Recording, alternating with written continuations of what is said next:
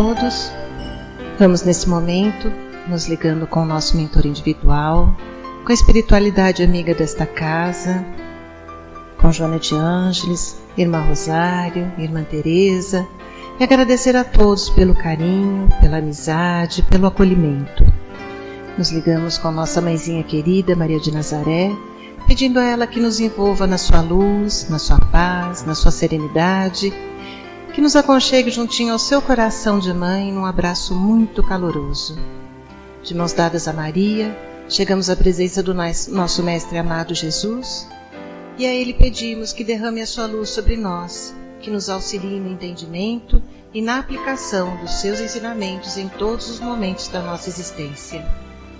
De mãos dadas a Maria e a Jesus, chegamos à presença do nosso Pai Criador. A Ele agradecemos pelo que somos, pelo que temos, pela oportunidade bendita de estarmos aqui reunidos.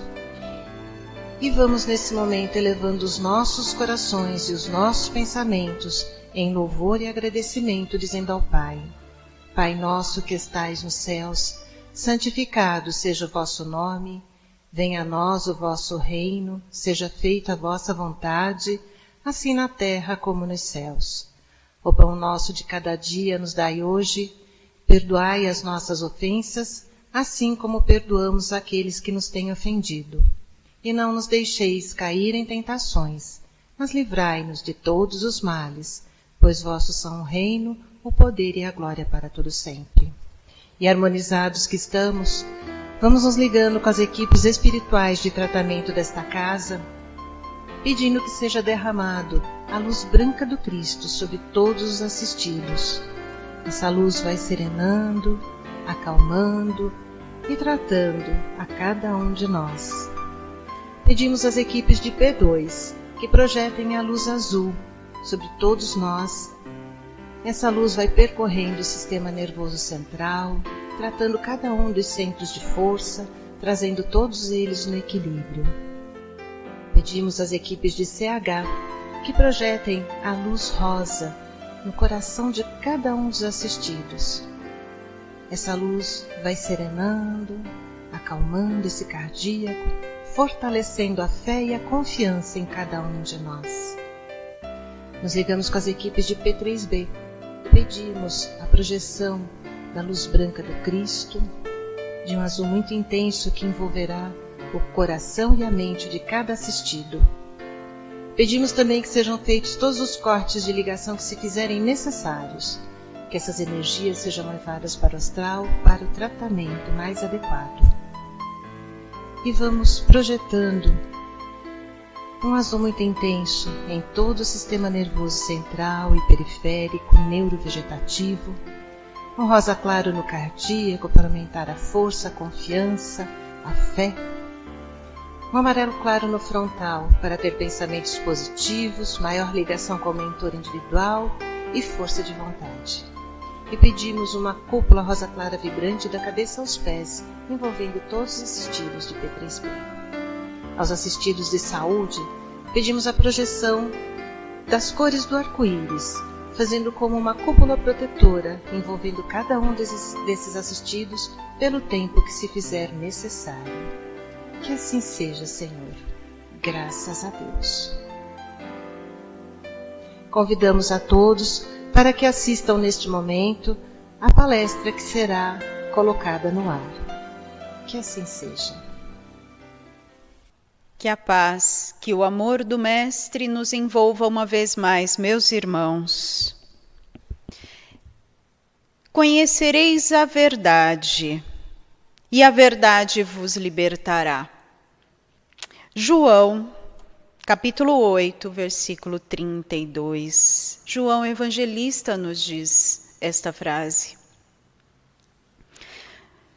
Vamos pensar a respeito da verdade. Vamos pensar a respeito do amor. Deus, ou melhor, Leon Denis, fala que o amor é o olhar de Deus. Belas palavras, não é? E aí, lá no Livro dos Espíritos, a primeira pergunta: que é Deus? Deus, inteligência suprema, causa primeira de todas as coisas. Deus é isso. Deus não é um ser, um velhinho que fica lá no alto, olhando e julgando a todos. Deus é a inteligência suprema. Então, se nós concebemos isso, se nós aceitamos que é a inteligência suprema, nós entendemos que Ele sabe de tudo. E que tudo é, ou melhor, tudo faz parte de Deus. Vamos pegar o momento atual. É um momento muito difícil para a humanidade. Esse momento é um momento único em que o planeta inteiro vivencia o isolamento social, vivencia uma doença e que ainda não existe a cura para ela. É um momento em que nós vamos começar a pensar: mas por que acontece? Por que aconteceu? Por que no mundo inteiro e não em casos isolados? Se nós acreditamos que Deus é a inteligência suprema, nós acreditamos que Ele permitiu. Permitindo, nós entendemos que está tudo certo. Mas se está tudo certo, por que estamos vivendo algo tão difícil? Então nós podemos juntos tentar entender. Vamos juntos analisar a sociedade, analisar a humanidade. Como a humanidade está se portando até o momento?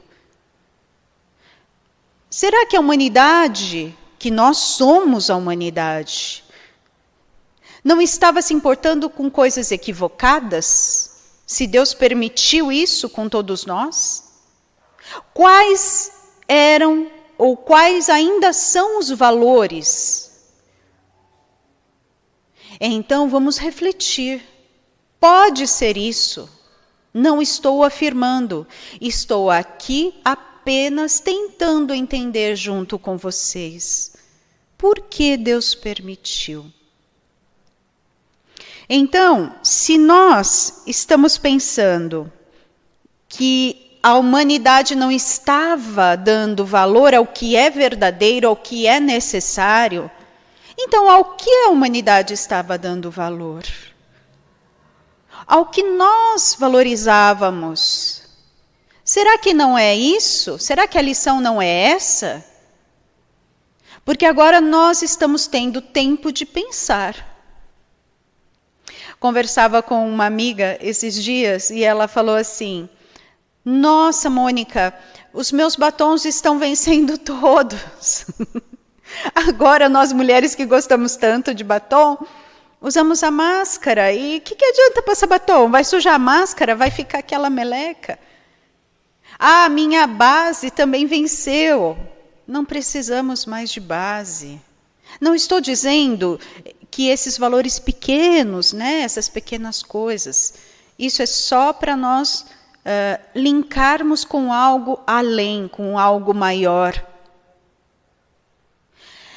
As ostentações, elas têm valor nesse momento de pandemia? Nenhum. Hoje, tanto o milionário quanto o paupérrimo vivem as mesmas coisas. Ambos precisam ter cuidado ao sair. Ambos precisam usar máscaras. Óbvio que aquele que é abastado, aquele que tem mais recursos financeiros, vai ter uma possibilidade melhor de sair, de se cuidar, do que o outro que é miserável. Mas estão vivenciando o mesmo problema, que é o perigo do contágio, é o perigo de ficar internado, de ser entubado e de até desencarnar. Então, não há diferença. Deus está propondo, Deus está permitindo que todos vivenciemos. E com isso, a gente sabe que o momento econômico de todo o planeta está ficando abalado.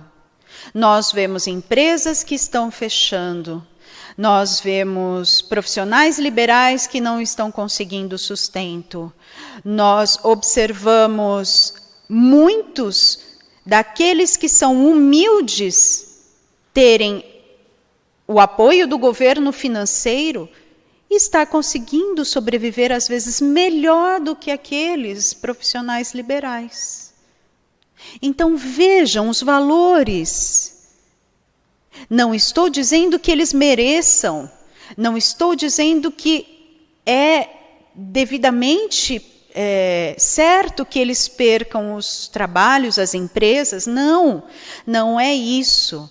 Só estou apenas pensando que agora é momento de ficarmos de igual para igual. Nós não sabemos ainda o que vai acontecer.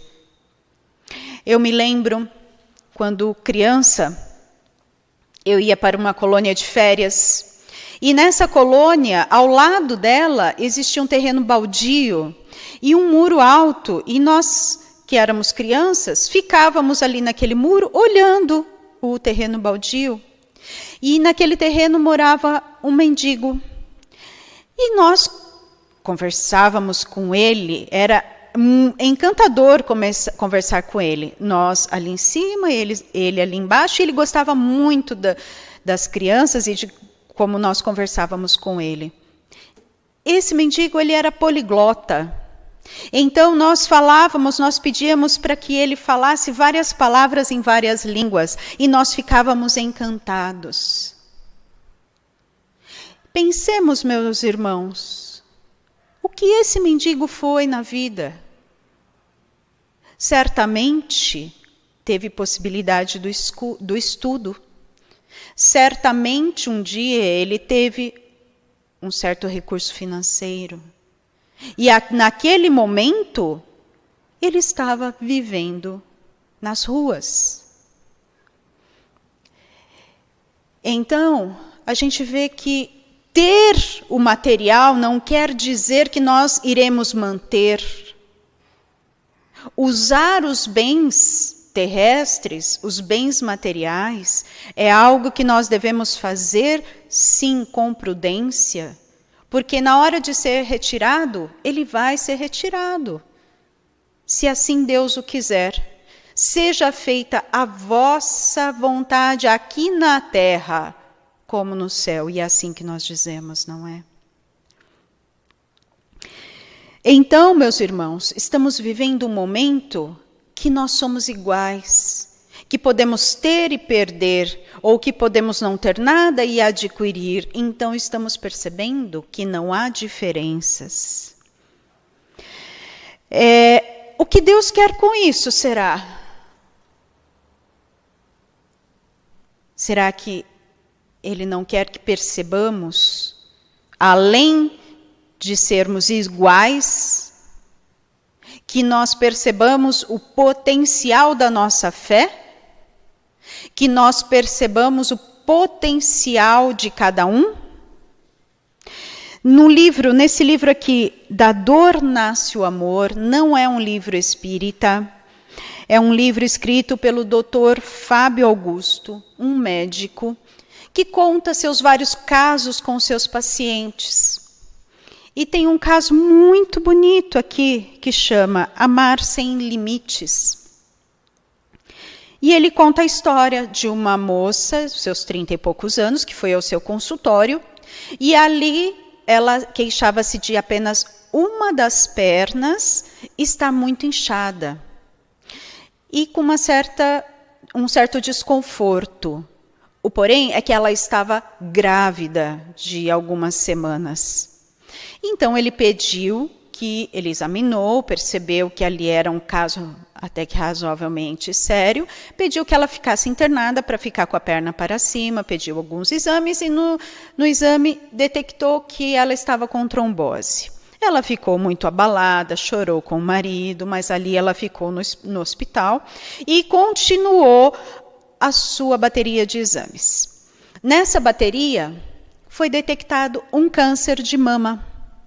Esse câncer de mama era agressivo e os médicos perceberam que ela teria que retirar a mama inteira.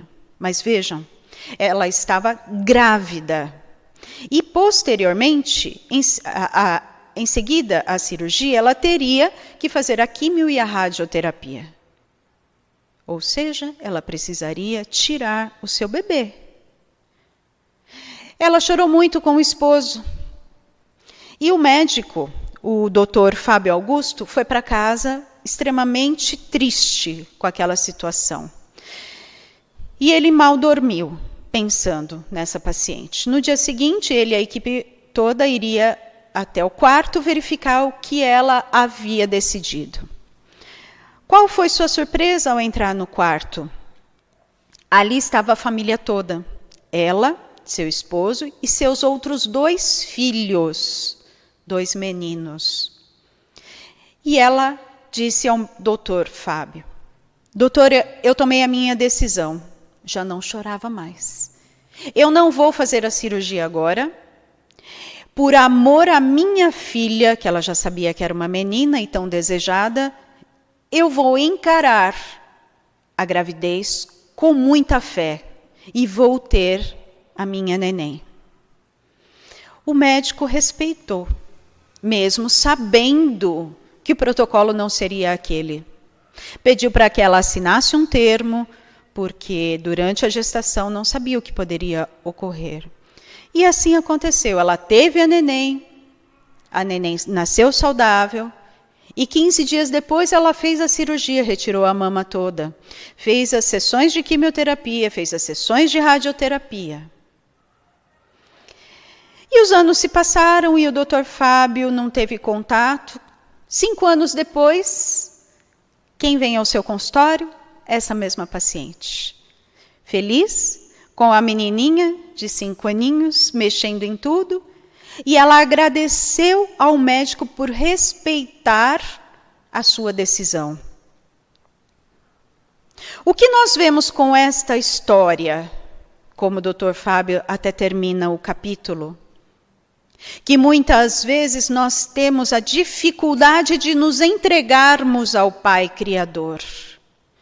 Porque nós temos uma tendência muito forte em querer dominar tudo.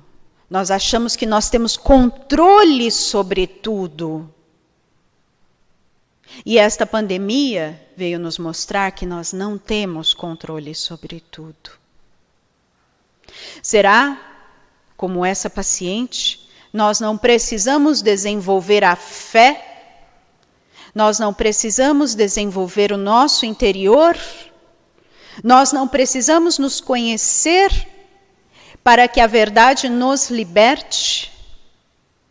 Então vamos pensar a respeito. João, nesse 8º capítulo do seu evangelho, primeiro ele começa a falar da mulher adúltera. Aquela passagem em que Jesus está de frente à mulher, que os fariseus trazem ali, que as pessoas trazem ali, dizendo que vão apedrejá-la, porque ela foi pega em adultério. E Jesus, calmamente, olha para eles e diz que atirem a primeira pedra, que atire a primeira pedra aquele que não tiver nenhum pecado. E foi saindo um por vez até ficar somente ela e o próprio Jesus. Se eles não te condenaram, eu também não te condeno. Vá e não peques mais. Esse ensino é gigante para nós, meus irmãos. Todos temos defeitos, isso que quer dizer esse ensino. E que nós não devemos olhar para o outro criticando-o. E assim, seguindo o capítulo, Jesus está ali num discurso com os fariseus tentando testá-lo, e ver se ele se contradiz em algum momento, até que Jesus diz: conhecereis a verdade vos libertará. Então nós precisamos conhecer essa verdade. Conhecer a verdade, ou seja, É como um aforismo grego que nos diz: conhece-te a ti mesmo. Então, desde antes de Cristo já se dizia isso. Então vamos nos conhecer. E a partir do momento que nos conhecemos, nós começamos a lidar com as nossas potencialidades e verificar: nossa, eu muitas vezes culpo o outro pela minha infelicidade. Eu muitas vezes culpo o cônjuge, o filho, o médico, o chefe, o governo, pela minha infelicidade. Está certo isso? Não. Ou coloco a minha felicidade nas mãos dos outros. Temos que dominar a nós mesmos. Precisamos dominar a nós mesmos. E aí, Alexandre Cadini Neto, no livro A Morte na Visão do Espiritismo, nos esclarece que somos primeiro espírito, que nós precisamos cuidar desse espírito, cuidar de nós mesmos. Nós temos o livre-arbítrio, com ele nós fazemos coisas boas e coisas ruins. Basta pensarmos. E assim dizemos: eu dirijo a minha vida. E quando nós dizemos isso, parece óbvio, não é mesmo? Eu dirijo a minha vida. Mas não é bem assim. Muitas vezes nós delegamos essa responsabilidade em cuidar da própria vida equivocadamente aos outros. Vamos pensar, então, que depende de nós, que nós somos responsáveis, sim. E ali tem uma frase muito bonita nesse livro que fala: eu sou o meu melhor amigo. Então, quando eu me conheço, eu sei que eu posso contar comigo. Quando eu posso contar comigo, eu vou me cuidar. E eu me cuidando, eu vou cuidar física, moral e intelectualmente, e desejar não ser um peso para a sociedade, para os outros. Claro que se nós precisamos do auxílio do outro, seja em algum momento ou durante muitos anos de nossas vidas, que sejamos o fardo menor possível. Isso é libertador. Só que, cuidado em pensar no cuidado próprio com egoísmo. Não é isso que ele menciona nesse livro. Ele coloca aqui 6 itens para que nós atentemos ao nosso íntimo. Como é que eu faço? Esse é o título do capítulo. Como é que eu faço para como é que eu faço para tomar as rédeas da minha vida? Então, prestando atenção em 6 itens. Vamos lá. Atenção a nós mesmos, aos nossos pensamentos, falas, reações e atos. Honestidade para identificar onde erramos. Evitar nos justificando. Muitas vezes a gente se justifica pelo erro e não fazer isso. Coragem para mudar o que achamos que devemos mudar em nós. Paciência para seguir firmes, mesmo que o resultado não vier de imediato. Persistência, porque mudar e nos aperfeiçoar nem sempre é fácil. Automotivação, alimentando-nos de cada pequeno ganho na melhora em nosso comportamento. Então, meus irmãos, essas são algumas dicas para nos conhecermos e para conhecermos o que está ao nosso redor. Se nós tivermos uma lucidez mental, nós adquiriremos a razão, conquistada pelo autoconhecimento. Mas cuidado, excesso de razão gera o orgulho e prepotência, excesso de emoção provoca desequilíbrio e desencontros. A balança disso, a balança da razão e da emoção, é a harmonia espiritual. Esses dois extremos que vivem em nós. Meus irmãos, para a conquista dessas emoções e da razão, oremos cotidianamente, peçamos intuição, estudemos e saibamos como e quando agir. E fica a dica da leitura: conhecereis a verdade e a verdade vos libertará. E assim que possamos agradecer por esses instantes. Senhor Jesus, agradecemos pela oportunidade e doamos aqui o nosso melhor sentimento. Sentimento de amor, de sabedoria, de fé, de harmonia. Que esses sentimentos sejam levados aos locais que mais necessitarem. Que esse sentimento envolva o nosso planeta Terra. Que esse sentimento envolva o nosso Brasil.